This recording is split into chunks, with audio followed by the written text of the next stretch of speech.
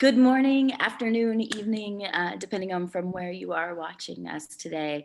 You are tuning into a Sundance Film Festival Beyond Film panel brought to you by the Roxy Theater right here in San Francisco. My name is Lex Sloan, and I am proud to be the executive director of the Roxy. Although we've been closed for almost a year, we remain committed to sharing great works of art and conversation in the virtual space, like we are doing here today. I would like to say that the Roxy Theater respectfully acknowledges that our cinema is located in Yelamu, also known as San Francisco, on the unceded traditional lands of the Ramaytush Ohlone people, and we are grateful to work on this land. At the Roxy, we believe movies do not end with the credits, and we so terribly miss hanging out in the lobby, smelling like popcorn and talking movies with y'all.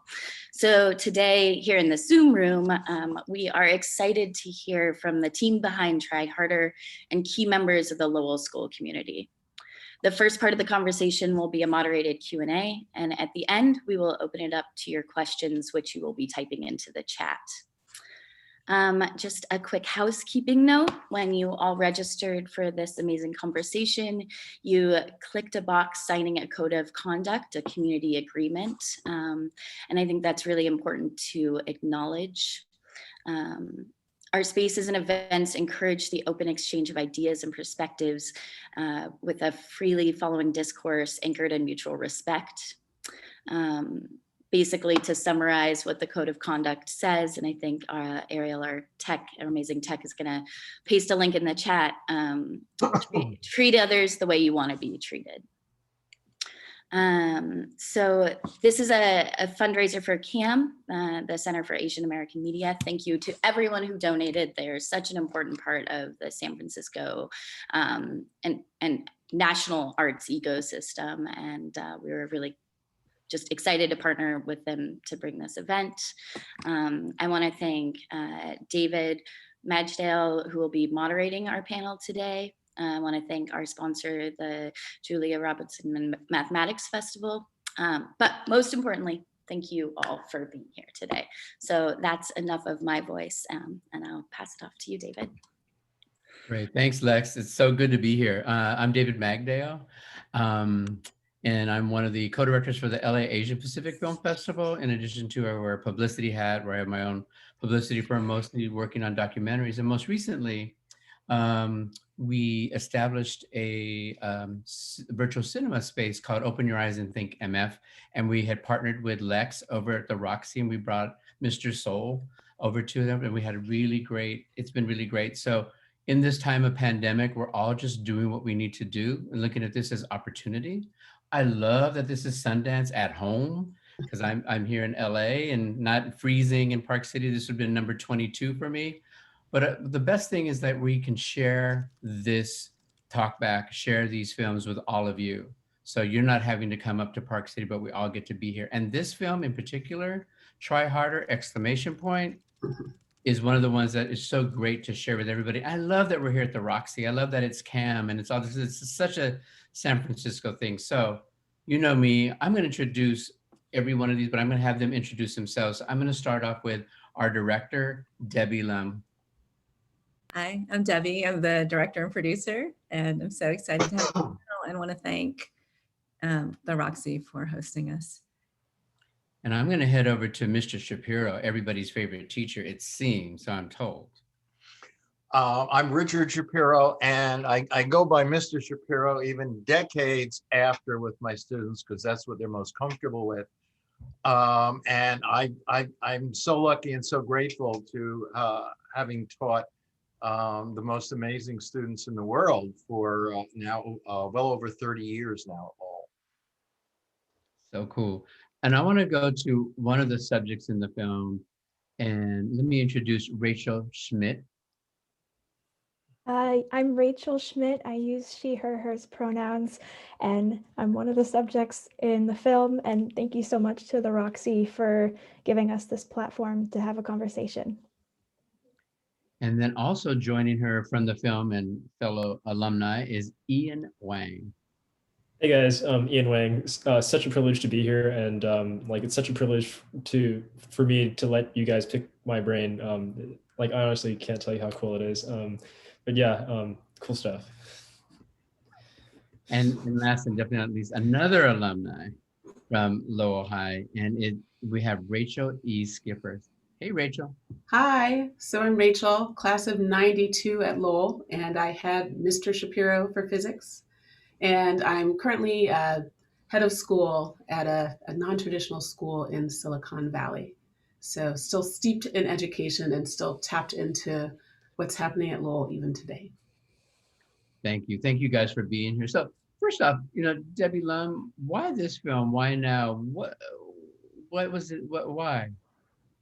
Well, the college admissions frenzy is just gripping our country. And that was the way that I started looking at this film. And when I landed at Lowell High School, I fell in love with the students there and wanted to understand what they were going through. It really was a surprise to me because I'm not from San Francisco, and I just had heard about Lowell. And then when I landed there, it was it was such an interesting ecosystem, and the students there had these powerful stories that I really wanted to be able to share with everyone. But you live in San Francisco now, is that correct? I mean, you say you're not from there. So was your history a knowledge of San Francisco, of Lowell? Was that what got you here to bring the film to all of us?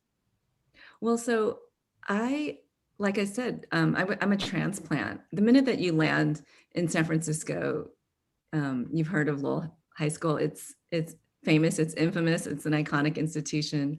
It's the oldest public high school west of the Mississippi.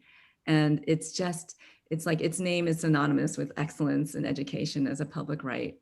And all of that, you kind of hear about, but you also hear about these other things, like it's a competitive high school. It's really, some parents think it's kind of scary, I think.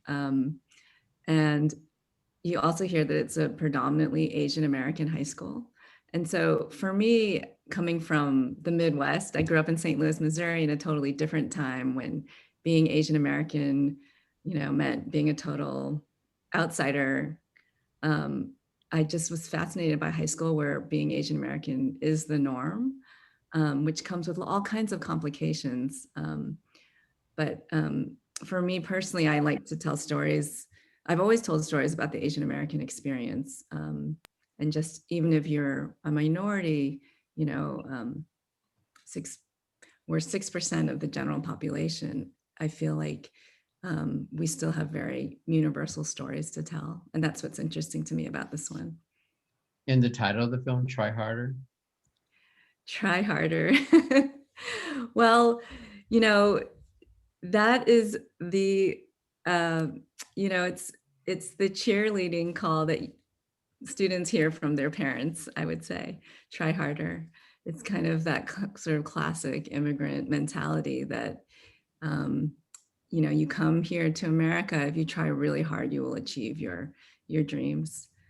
And it just seemed very fitting for the students that we met at Lowell. It's like, as an outsider, I really felt like they were emblematic of that whole notion of grit, that if you work really hard at something, you will have success. And that's, embedded in the name. I know that it's sort of, for some students, it might be triggering, and that's part of why we're here talking today, that it's a lot of pressure that young students have to face. And this is an important conversation. Well, it's interesting because in the film, I like the title of this panel, Stanford or Bust, the myth of acceptance. And I think a lot of kids, are dealing with that, and a lot of parents too. Rachel Schmidt, can you just give some background on what it was like for you when you saw that Lowell was a place that you were, destined to go to? Because I think in the film, it brings up so many different layers and the different pressures that you have, like first trying to get into Lowell, and then once you're in, what that is about, and then now that where you are right now. Can you share that with us? Yeah, so in 8th grade, I originally wanted to go to Lick Wilmerdine, which is a private high school in San Francisco. And my mom wanted me to go to Lowell. And we were having back and forth on that when I was in 8th grade, because she saw Lowell as an opportunity for me to learn how to be tough. It is really an environment where you have to be strong to get through it, whether that's with the academics or just the social scene. So she wanted that for me, and I was really upset about going to Lowell at first, admittedly. But now, having gone through Lowell, it really did prepare me for later on in life. Like, I learned how to pull all-nighters and to really devote myself to my studies when things don't come naturally at first. So in that way, I think Lowell ended up being the right choice for me. And where are you now? So I'm currently finishing my last semester at Brown, and I love Brown. I'm so happy I chose it as my university, and I'm hoping to go to medical school in a couple years, but I'm going to take a few years to do clinical research so I can get some hands-on clinical experience before I start applying.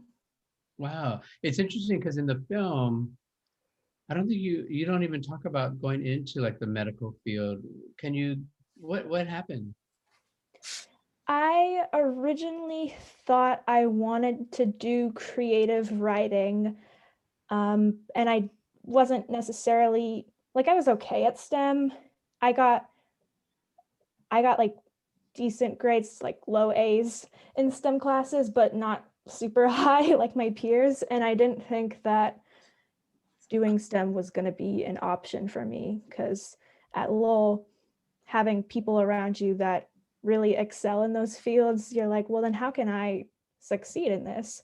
But eventually, going to Brown, I saw that biology was a viable option for me, and it was something I really loved doing. I love doing research and being in the lab. And so Brown really opened me up to the idea of that being like a possibility for me at all. That's amazing. And when you were at Lowell and in high school, was there anything that just made you shy away from, biology and the sciences? I mean, creative writing sounds amazing. Was there anything that kind of kept you from that, or was while you were in high school? No, not really. It was all internal. It's just the environment of Lowell. And that's probably like a personal quality of my own, because I'm really hard on myself. But I did STEM related things at Lowell. I did a bioengineering competition at UC Berkeley my sophomore year. And then junior year, it was when I got involved with the Lowell Science Research Program, which Mr. Shapiro was heading. And so I really, really enjoyed that. But again, just self-doubt. I didn't think I could do it. And then there you are at Brown, and all of a sudden there's this new discovery. Yeah. And then joining a research lab really opened my eyes to that as well. That's so amazing. How about your mom? How is she doing? I mean, you guys have watched this together, I guess, yesterday when we had the premiere. How was that? How was that with her watching after? Have you guys spoken since then? Oh yeah, we've spoken a lot about the movie. When she first saw it, she was cringing at how she was acting, because she thought she came off as a tiger mom, but like she was. And yeah, she's since like taken the title of tiger mom with pride, because to her it's a sign that she cares about me and my well-being and my future. But initially she was like, oh my gosh, was I actually complaining that you had a B in AP physics? And I was like, yes, mom, you were, because that is what Lowell will do to you. That's great. And now she probably, it's interesting. So let me ask you, seeing yourself on screen though, or seeing where now the camera has, what was that like for you? It was overwhelming. I remember the first time I saw the film, I wasn't like, watching the film, I wasn't feeling necessarily any particular kind of way. I was like, oh, that's just me from a couple years ago. But definitely like an hour after watching the movie, I all those feelings and emotions of going through the college admission process and just like the Lowell environment in general came flooding back, and it was incredibly overwhelming. Just being in that headspace of like feeling you're not good enough and that you're not going to end up where you want to be was quite a lot at first. Wow. I mean, because for us as the audience, we're rooting for you that you can get into wherever you're in. I mean, that's the thing that my takeaway was just watching you, and I thought, oh, I hope Rachel succeeds, because you're so down to earth, and you can tell like your mom, and like she said, okay, I'll take the title Tiger Mom, but I just really care. And I think that's what really came across. So if she's watching this right now, if you want to be Tiger Mom, be Tiger Mom. But you know what? I'd have you as my mom any day, because you were really so caring, and I think it's great. I'm gonna move over. Ian. Yes. So tell us, what was it like for you, trying to get into Lowell, being at Lowell, and then now you are at Emory, is that right? Yes, sir. So right now I'm at Emory, finishing up my last year as a business major. Looking forward to go serve with Teach for America for a couple of years. But like to your first question, getting into Lowell, like that was pretty crazy, because like the middle school I went to, Alice Wong Yu was detailed in Speaking in Tongues. Definitely a great documentary. Watch it. But yeah, so like I think at Alice Wong Yu, I learned how to pick my battles wisely, because there was no way that I was gonna get an A in every class, because like I couldn't run fast. Like we were graded on how fast we ran miles for PE.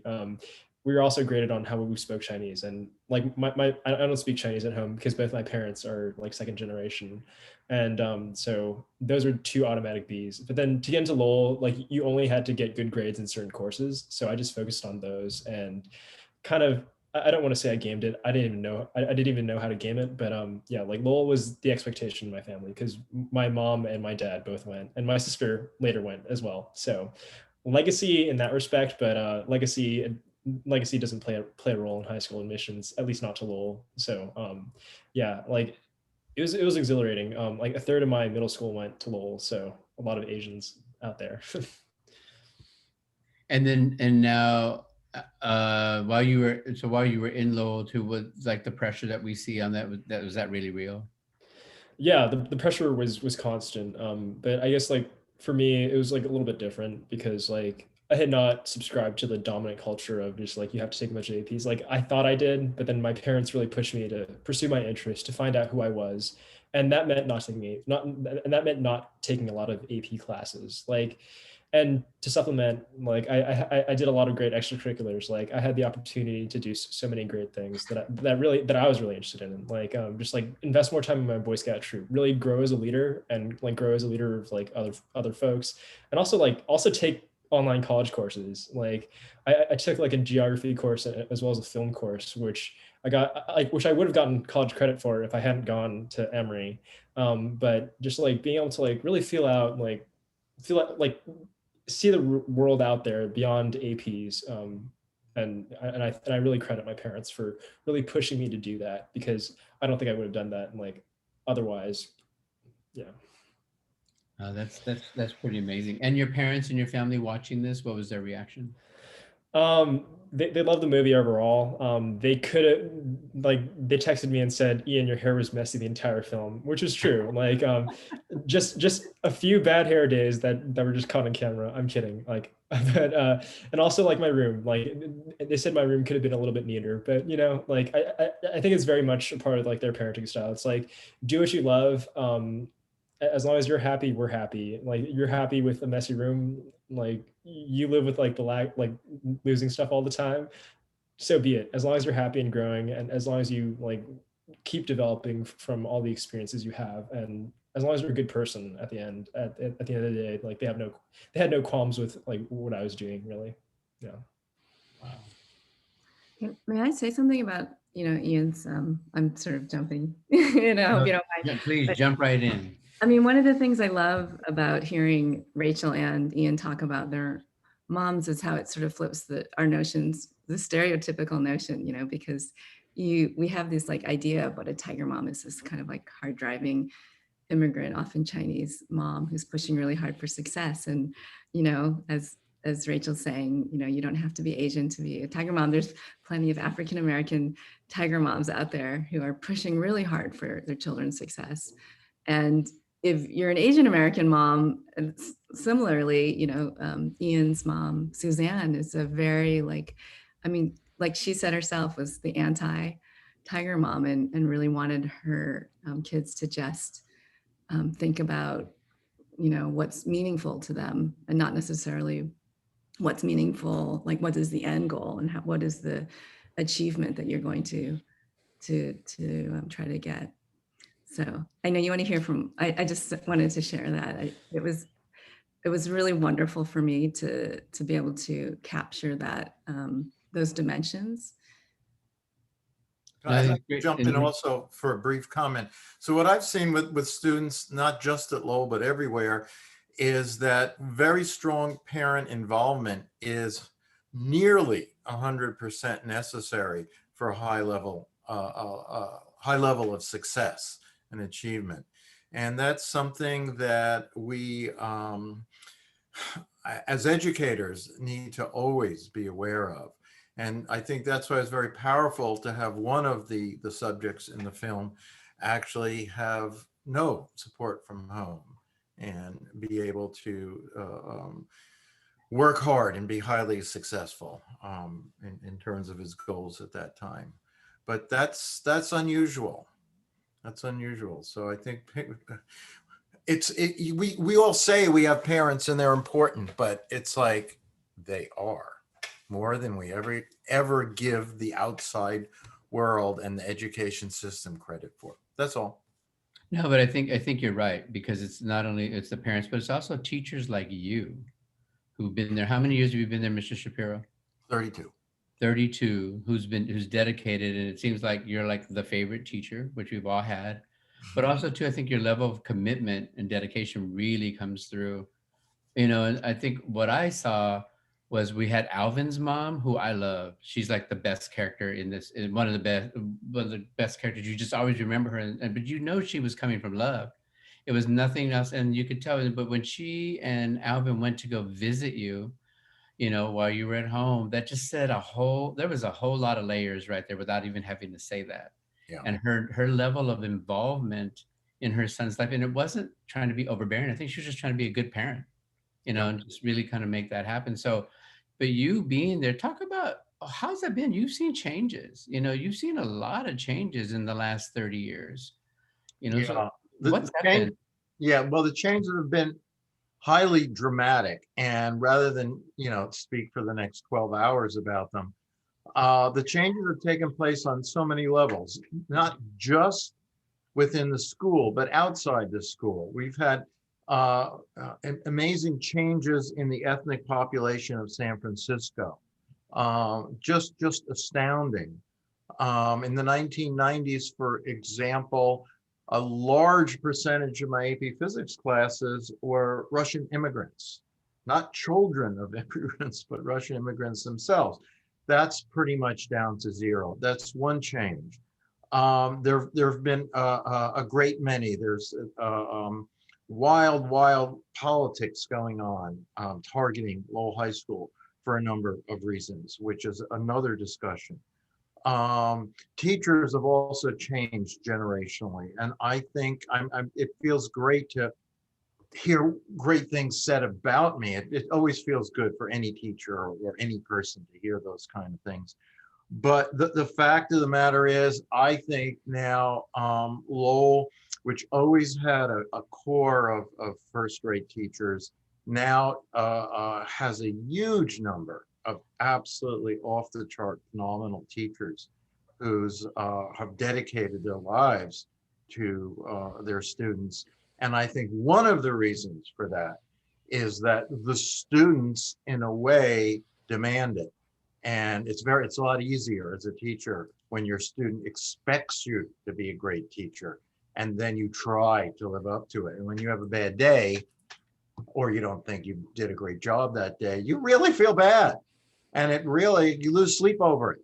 And it happens, believe it or not. I also find that the students themselves don't seem to have changed. but the amount of work they do has changed from, say, the early 90s to the 2020. It's increased exponentially. And in terms of getting into Stanford, a great number of kids got into all the prestige schools from Lowell back in the 90s, not majority, but a fairly large number. And for those kids who were, let's just say, ordinary, smart, hardworking, good kids that took challenging classes, they got into the UC of their choice, period. And for young people today to hear that, they think I'm lying, but it really was true. And now, if your goal is to get into Berkeley, Lowell may not be such a good choice. I'm not saying don't go to Lowell, but I'm just saying Lowell has certain downsides, but the students are wonderful. The student atmosphere, the student support, the way they support each other, even in the context of competitiveness, is a sight to behold. It's a beautiful, beautiful piece of humanity. Rachel Skiffer. Hi. Hi.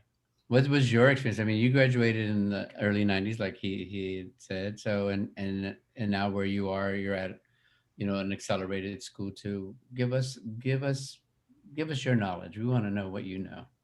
Sure. Well, I was remarking that, we definitely in the 90s, late 80s, early 90s, we worked hard, but I don't think it was at the level that seems to be happening now. I think there was still room for wellness and sleep and fun. And so that I think is a bit worrisome, because you have all these kids who are taking all of these classes and doing all of this work, but for the majority, I don't know if they know why they're doing it, other than this is the hoop they have to jump through to get to the next level. And so I think of it sometimes as a person used to do college admissions, and you'd see these applications and kids were president of 3 things. They'd started a nonprofit, AP after AP after AP. And then you would ask them, like, what makes you excited? Why do you love learning? What's your favorite subject? They had no answers because they hadn't spent a lot of time reflecting. They were just going. And so I also think probably for underrepresented students at Lowell, it actually sounds worse now. And so that's relative. I don't know if it was always peachy back in the day either. But I think this other conversation, I know in the film, Rachel said someone told her, oh, I didn't know Black parents cared about education. Just to also be in an environment where you know that that's what people think about you and the culture you come from. And then you're thinking, do my teachers think this about me as well? That I think was also an important undercurrent of the film. I used to joke that sort of after the Tiger Bomb came out, I'm like, well, I had Panther parents, and sort of all of what that means. But certainly, an A- was like barely acceptable. But I also had a lot of space to be me. And I also don't think my parents really knew where I was applying to college. Pretty much once I got into Lowell, they kind of left me alone. But I know in talking to friends from that time, I think the stress level we had was a lot of times based on how involved our parents were, sort of over involved. But it seems worse now. But I'm also glad to hear that there are more Mr. Shapiros there too, because that makes a huge difference when you have teachers who care about you. And was Lowell always the high school that your parents wanted you to go to, Rachel Skipper, sorry. Oh, sure. Well, my dad used to joke that I was born in San Francisco so I could go to Lowell. But I went to a private school from kindergarten to 8th grade. I think the other piece for them, my parents are from South Side and West Side of Chicago. After this private school experience, they really wanted me to expand my world. And kind of, as Rachel mentioned, have more of a real world experience. And so for that, I'm forever grateful. I know when Lowell students go to UCs, it's not as big a deal, the bureaucracy piece of it, whereas for other folks, they're totally crushed. But it's like, oh, we know bureaucracy. Picking classes used to be like Thunderdome. You literally had to run into the gym and elbow people out to make sure you got an AP English class. It was so I learned some stuff there too. But yeah, it's a storied place, and I'm kind of glad I went. But Well, I was, as an outsider looking at your school, I am finding out that it's the largest public high school in San Francisco, finding out all these details about Lowell that were, the ecosystem of the place, which really shapes the students and the teachers and the community and the parents to some degree. I mean, you look at it from an outsider and you see heaps of stress and you see overzealous parents. I'm a parent. I can understand why that happens totally. So no judgment there. But, and all the APs that students take at Lowell High School, which, beef up their GPAs and look good on college resumes. And it's like, it's really easy to kind of maybe make some judgments and try to and say, oh, they're taking too much. It's like the whole thing about the Stanford, bias. But what I found, what I wasn't able to include in the film, but we were there at one of the college visits, and a parent walked up to, the MIT rep and said, okay, tell me the truth. If my student wants to be seriously considered at MIT, does he have to take AP Physics C, the class that Mr. Shapiro teaches? And the rep basically said, well, we're not really going to consider you unless you take an AP, that level of class. And at the same time, another thing that the teachers told us about is that a lot of the students at Lowell High School are actually earning their keep, because in order to get,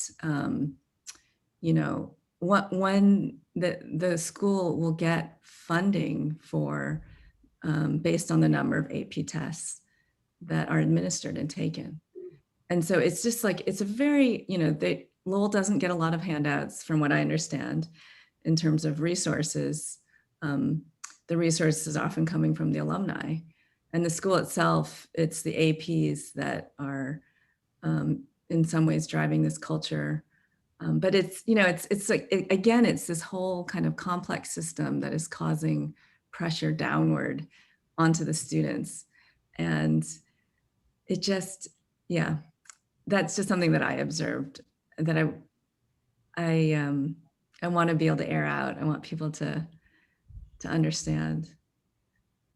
And do you think your film would be able to be a catalyst for that conversation, not just for Lowell? Because it sounds like you were saying, this is almost anywhere where there are these types of high schools.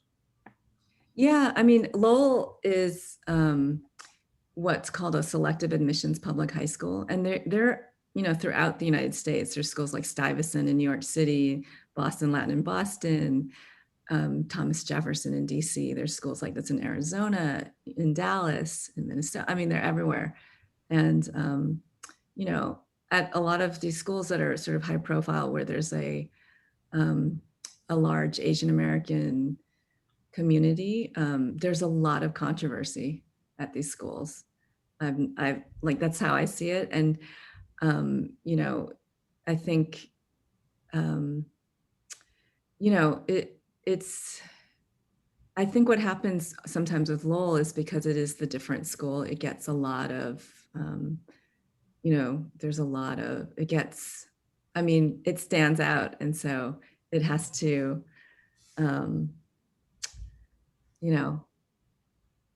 it gets a lot of, people really trying. I feel like it's not, you're not necessarily looking at Lowell High School. It's you know, you're trying to have Lowell solve a lot of problems that just exist in our educational system. And so, yeah, I mean, please, Richard, I don't know what you think about this, but I'd love to hear what your thoughts are about, you know, the way, the misunderstandings maybe that people have about Lowell High School. It runs so deep. First of all, for those who haven't been involved with Lowell or haven't been in San Francisco a long time, it really is an iconic institution. When some stranger finds out I teach at Lowell, I get all kinds of yells and screams and excitements, whether they went there or they wanted to, or this, their kids, their mother, and so forth. Oh, I keep seeing it happen. I've seen lots of familiar names and a few familiar faces flash by, including going back to the 90s. So hey, guys and gals, thanks for tuning in. Yeah, Lowell's really becoming a lightning rod. And in San Francisco, it's become a lightning rod, I think, for all the wrong reasons, for misguided ideology, for number one. And ideology becomes misguided, I think, when it's applied, say, to an educational institution, and there's no sense of bettering or improving education involved in the process. And I think that's what's happening to Lowell. We can discuss at length the lottery system, which I'm not going to do, because first of all, we don't have length. But the people need to be aware is that the SFUSD version of a lottery system is not a lottery, or in the words of today's politics, it's a fake lottery. That is to say, a lottery, put the names in a hat, and then you randomly pick the names out, and that's who won the lottery. In SFUSD, it's an engineered lottery. There's all kinds of who should do this and who should do that, and how we'll let people in and not let people in, and so forth. So that's a lot of garbage, and the whole terminology needs to change. And it comes, and I just want to say for a second, because I know it's controversial, and I just looked at the time. I don't want to take more than another minute or so, and that is the recent. And I hear it from Rachel in terms of, you know, the recent issues and insecurities and racial incidents. It would be insane to deny it, but it would be equally insane to not objectively note that the district, not the school site, is using the fact that inequity exists in our society, that all calls for social justice need to be met, but Lowell is being kind of used as an excuse. And I, for one, don't see any dramatic decrease in the social fabric at Lowell, but maybe I'm wrong about that. The district just goes about things in a way to promote their own agenda. So I would not trust the district lottery. I would not trust the district using the signs of equity and social justice, which are essential and probably at the core of our gravest issues in our society, that and income inequality, which are tied in. Because in the name of social justice, the district has eliminated the chance for students to learn algebra in the 8th grade, because that's not fair, and has eliminated honors English in high school because that's not fair. And it goes on, and it's it has eliminated a standard formula-driven physics course because that's not fair. I mean, eliminated it, not even made it an option, because that's not fair. And so an environment at a place like Lowell is how the kids deal with it. They say, okay, we can't take honors English. We can't take a physics course that'll prepare us for college. So we'll just take AP versions. that's allowed. You can take an AP class, but not a district sanctioned class that's more advanced, because they're actually not allowed. And that's madness. That's all I'll say. I can go on until we all fall No, asleep. I want to hear from Rachel Skipper.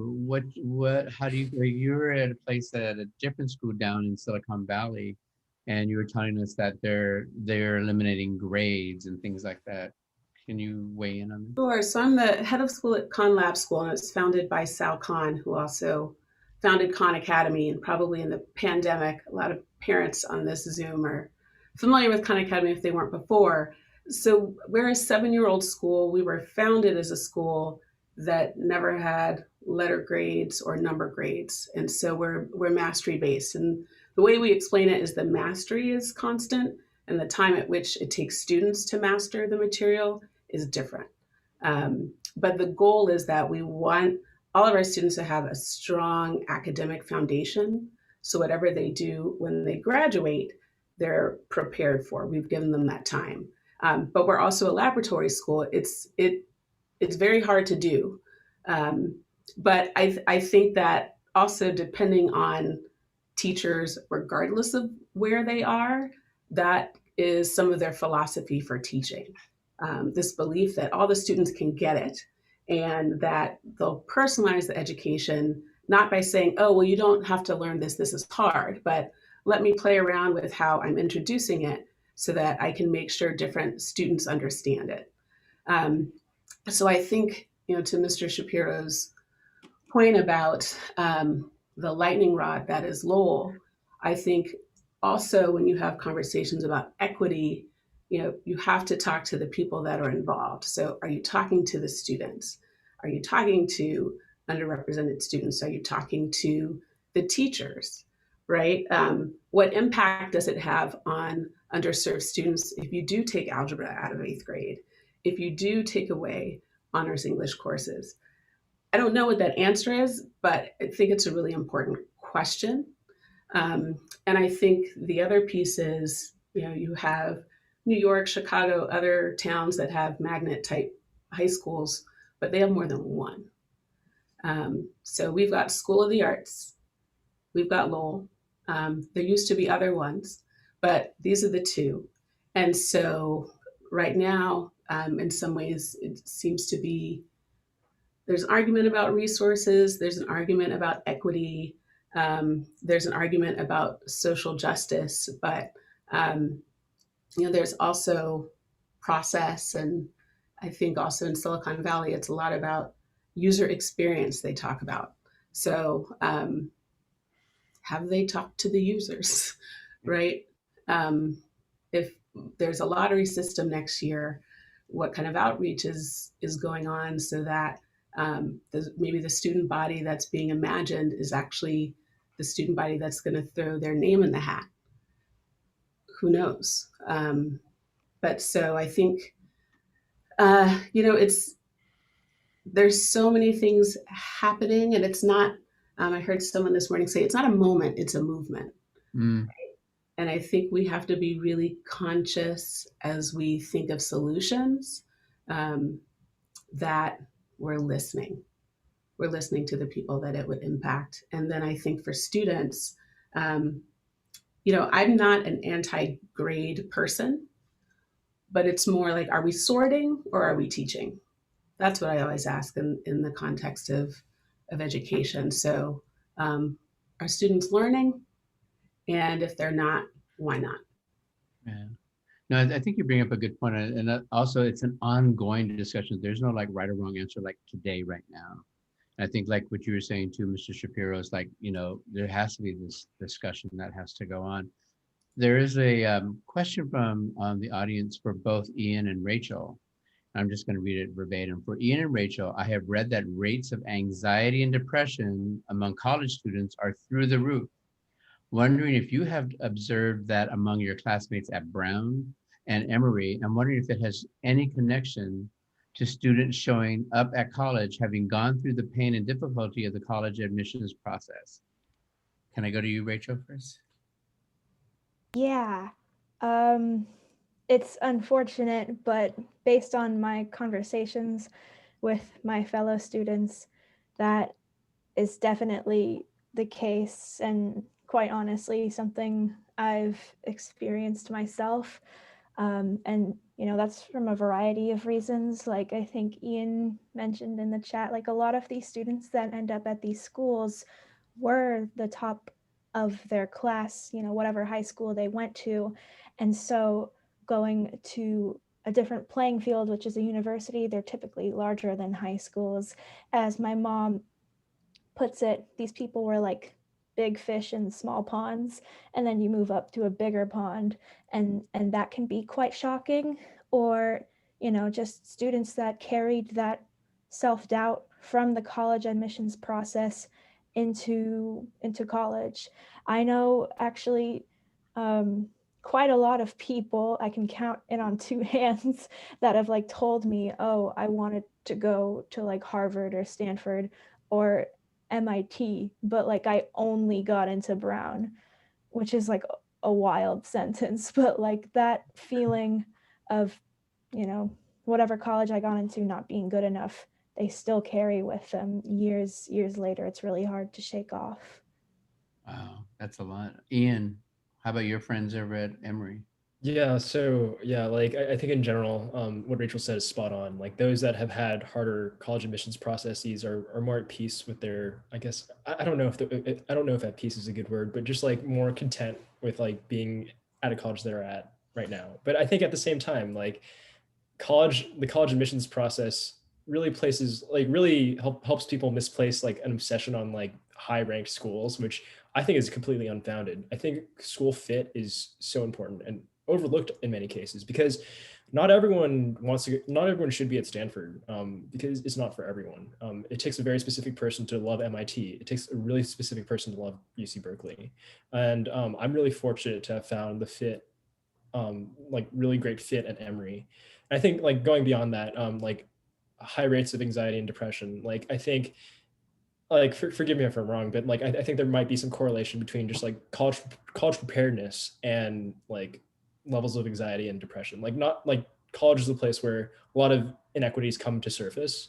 Like many kids, like some kids at Emory didn't take calculus before high school or calculus before college, and like they're on a completely different track than the people that did. And like these inequities, like they just keep like compounding, and like you definitely see who went to like the Daltons or like the Phillips Exeters of the world versus like the Abraham Lincoln. Like nothing against Lincoln, but like Lincolns of the world. I think I think that Lowell, like in, or like the SFUSD in taking away that 8th grade algebra option, that's really dangerous because it really sets us back a lot, at least for those that go through the SFUSD from K all the way through 12. Like they're at a pretty big disadvantage. And I think as far as happiness goes, that's not a good thing for happiness once they hit college, because it's a really rude awakening.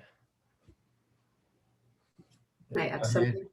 So in talking to sort of college presidents, college deans of admission, as much as kids who went to their local public school and the kids who went to, centuries old boarding schools, sort of mental health issue is universal. And it's not necessarily based on preparation. Well, let me change that. It's based on preparation for life versus academic preparation, right? So the kids who can, they're the kids who are driven everywhere, and the kids who are allowed to take the bus, right? Kids who are allowed to make their own choices, kids who are they are put into difficult situations and they're able to be really thoughtful about getting out of those. I think that's the issue, is that when a lot of students go to college, even when they've been successful academically, they haven't been allowed to be their own people. And that is the shocking piece, I think, for kids, is now they're being asked to do things on their own. And as much as parents are now, I think, over involved in college, but there's still some time when students are on their own. And that, I think, is a big cause of the mental health. From what I've heard, is there's a lack of agency and autonomy. And that lack of preparedness is really setting students up for failure once they get to college. I see you shaking your head, Ian. Do you agree? Yeah, Rachel couldn't have said it better, honestly. Yeah, just like thinking back to like college, like a lot's going on. Like like there's a whole new dimension that's introduced for like the kids that went to like the Exeters of the world, you know, or like the traditional preppy boarding schools. Like they have to like cook their own food now, or they probably should. Or and like deal with like transportation and like pick classes. Like they never had to pick. I don't know if they've never had to pick classes, but like they have to like be a student like that like we were students at Lowell, like picking classes, knowing who the good teachers are, knowing who the bad teachers are, and yeah, just like living life, because like there's so many more dimensions than just school and sports and all that great stuff. Yeah. I think Rachel Skipper, where did you end up going after Lowell? So I went to Harvard. Okay, that was your first choice too? Yeah, I applied there early into UCs. And I just, part of me wanted to get as far away as I could. And so probably doesn't help with the narrative of like Stanford or bust. But I certainly, and I know there's some classmates on the chat from college, but I certainly went to college with a lot of people who hated it, but they went because it was Harvard. And so I think that the reason I had a good time is I could navigate. I found that, you know, I did a lot of theater, I did choir, I majored in women's studies, which I didn't tell my dad about till I graduated because I knew he'd be upset. But so, and I also got out of school. I like got into Boston and towns around. Like I made it an experience and not just the campus. But my friends went everywhere, and I had friends who went to Stanford and Cal and UCLA, but they went to Oberlin and Kenyon and Dickinson and Muhlenberg, and just schools that aren't on a lot of people's radars. But to Ian's point, a lot of focus was on fit. And there's a lot of great research that, you know, sort of where you go to college isn't as important as taking advantage of what is available to you when you get to college. But it's hard to convince people of that. Particularly parents who are stressed out about their children's future and if they're going to be able to support themselves. I mean, I feel like we're in this environment. It's throughout our society where there's this sense that it's make or break. It's really extreme. You're either going to win or you're going to lose, and there's really no in between. And that plays out in the college admissions. And you know, there's something. I mean, you have to get to the other side of it, and sometimes it takes like 10 years. Hopefully, that you get through to the other side and realize that this is a journey that you're going through. But I mean, it's easy to say that, I think. And at the same time, you can look at data that says that if you know, get a fancy degree from a fancy college, you're going to be so much better off economically from other students, that it's hard to, you know, it's like, it's really hard to find the solution, I think, and figure out how we can sort of recenter the conversation so that, like you said, it's, you listen to the people for whom this we're talking about, which are the students. It's really hard to do that, I think, in our sort of overly engineered world where we have all this data and we're still trying to figure out how to use it in a sort of healthy way. Yeah. You know, I'm looking at this clock and it says we have 3 minutes left. Oh my God, I wish we had more time because there's some really great questions in here. But, you know, I think, you know, as people see the film, as the film starts to go around, I'd love to see more discussions, you know, talking about this. There is one question in here, I think, if we want to take it as the last one, and this is for everybody, because I think everybody can go there. And it's like, it was for you, Debbie, but I think I want everybody to chime in. I have a question for Debbie about the observation of race issues at the school. What was the role of the Chinese/Asian students in perpetuating superiority complex and exclusivity of the school in ways that could perpetuate anti-Blackness? You know, I am going to speak on this not as an expert at all. And so I just want to make that clear that you know, I was there for a long time, but I was looking at a certain narrow window of students through that lens. And you know, we have to listen to the students, as Rachel is saying, that we, you know, I totally understand if you are, if there's less than 2% of your student body that is African American, that is sort of how I grew up as a kid. I went to a high school where I was like the only Asian, and I certainly experienced microaggressions and racism that was, you know, that were from the minor to really painful ones, you know. But what I will say is that we all have a lot to work on in terms of anti-Blackness. And Rachel Schmidt can maybe tell us, but I do remember when we were making the film, we sort of debated about, you know, the way that we included those observations that Rachel so earnestly shared about her experience. And the assumption that people would say, oh, that those were an Asian student who was saying, you know, terribly racist things against Rachel. And I remember asking you at the time, maybe you can clarify, but it, you know, it kind of shifts the blame away from the problem of you know, white supremacy, I think, to say that it's, you know, it's a problem that it was those Asian students that did that to you. And I actually remember, you know, I think it's a really complicated problem. And I'm, you know, it's good that we're talking about it. It's something that we really need to talk about and try to figure out a solution for. I'm not the expert, and yeah. And I'd love to hear what Rachel and Ian and Rachel and Mr. Shapiro have to say too.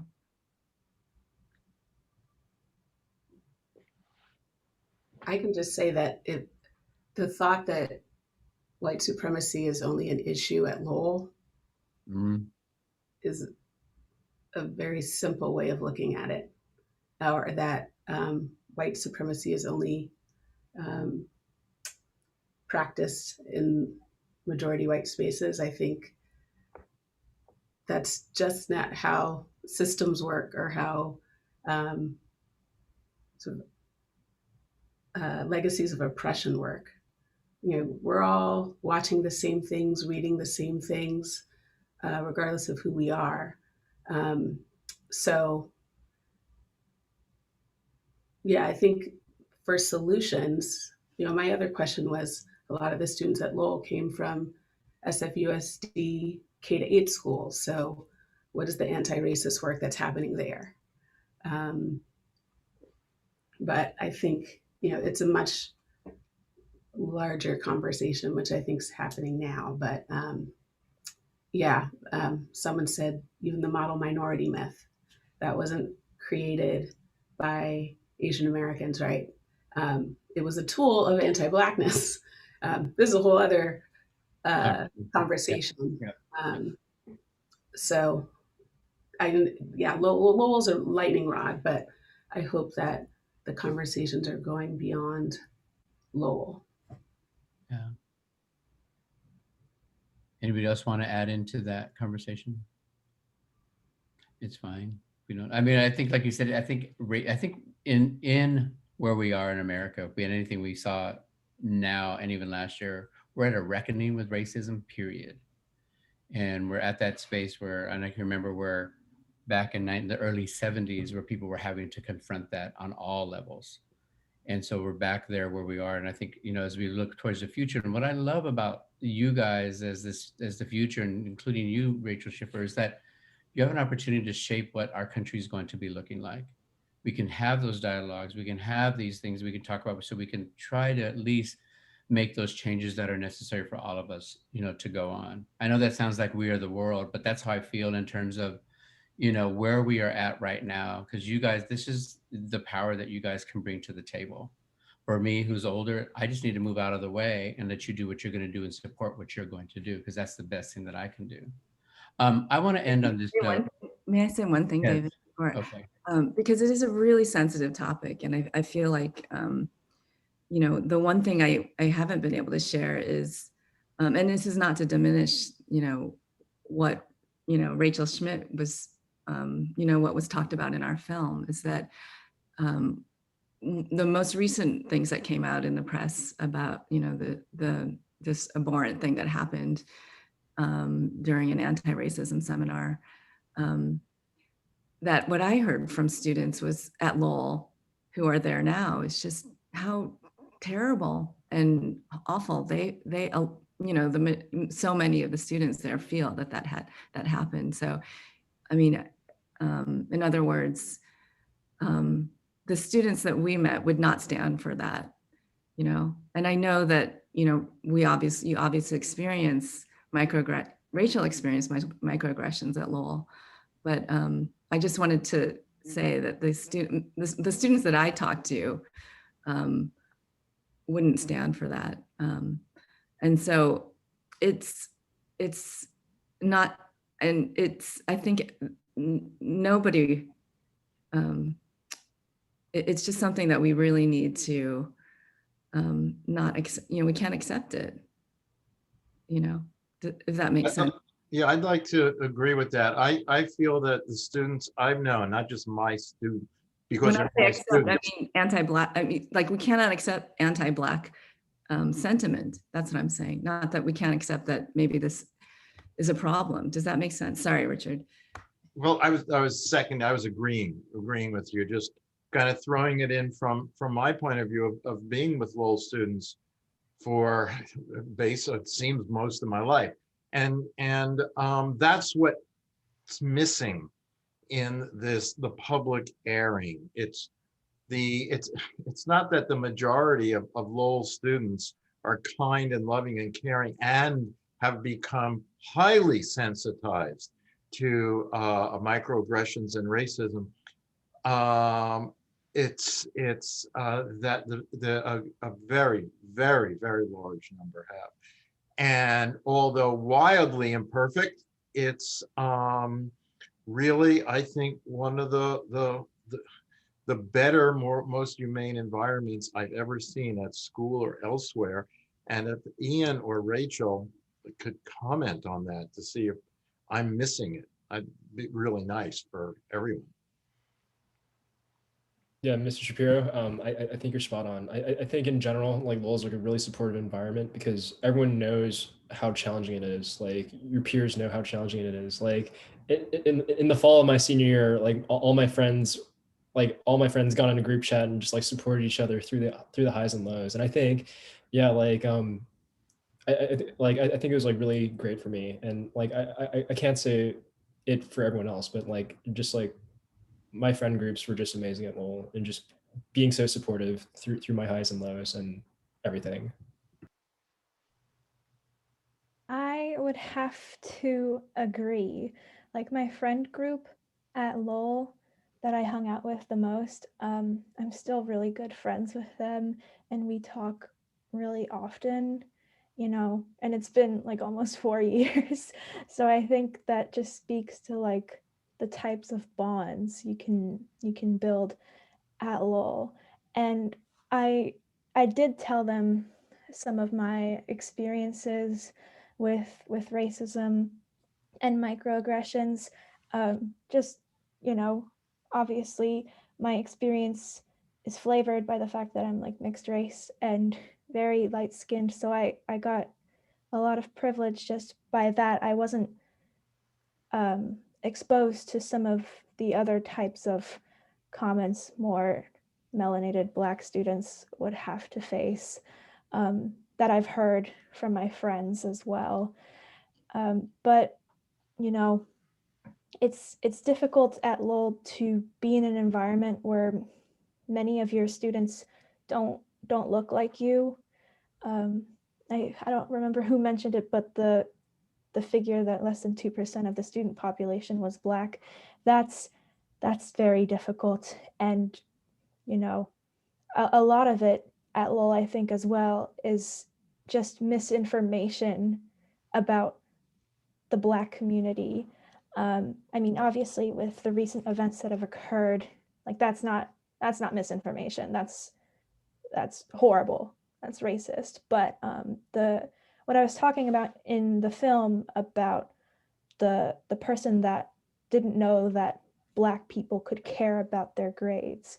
I think what was most concerning about that encounter was that I could see on that person's face they were genuinely surprised.